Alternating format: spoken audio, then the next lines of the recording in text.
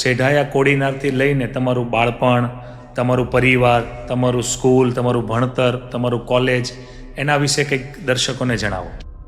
મારો જે સફળતાનો જે પાયો છે ને એ મારા ગામથી અને મારા સ્કૂલ કોલેજથી નખાયેલું છે.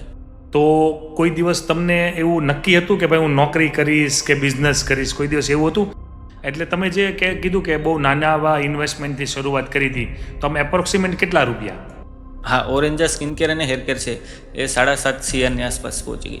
ટ્રીટમેન્ટ આપણે લોન્ચ કરીએ છીએ, ફેસ વોશ છે, SPF છે, ટોટલ એમ કરીને આપણી પાસે 30 થી 32 જેટલી પ્રોડક્ટ છે જે આપણે ઓરેન્જા સ્કિન કેર અને હેર કેરની અંદર છે.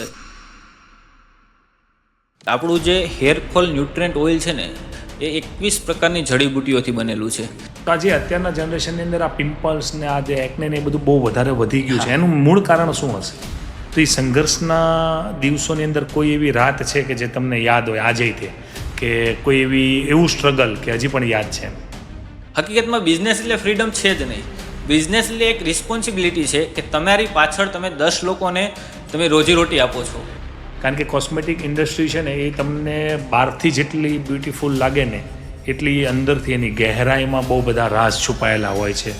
100 રૂપિયાની વસ્તુ 500 રૂપિયામાં વેચાય છે, બરાબર છે. એટલે તમને બહારથી તમે જોવો ને તમને બહુ બધી એવું લાગે કે નહીં યાર આ તો બહુ મસ્ત છે, આ જ બિઝનેસ કરો, આ બિઝનેસ સિવાય આપણે ક્યાંય નથી જવું, બરાબર છે. કે તમે ઓનલાઈન તમે પ્રોડક્ટ લ્યો છો ને તો એની પાસે આટલું નોલેજ ના હોય. તમે લાઈફ ટાઈમ કોઈ દિવસ ઓનલાઈન ઉપર જશો જ નહીં, ઓનલાઈન માર્કેટની અંદર, તો પ્રોફિટ રેશિયો તમને કેમ લાગે ને? કે બાકી આજકાલની દુનિયામાં તો બધી પ્રોડક્ટ ઓનલાઈન જાય છે. સલૂન ઓનર છે, એ સલૂન ઓનર છે એ તમારા કસ્ટમર છે કે તમારા પાર્ટનર, એને તમે શું ગણો છો? ભારતીય સલૂન ઇન્ડસ્ટ્રીનું ભવિષ્ય તમને કેવું લાગે છે?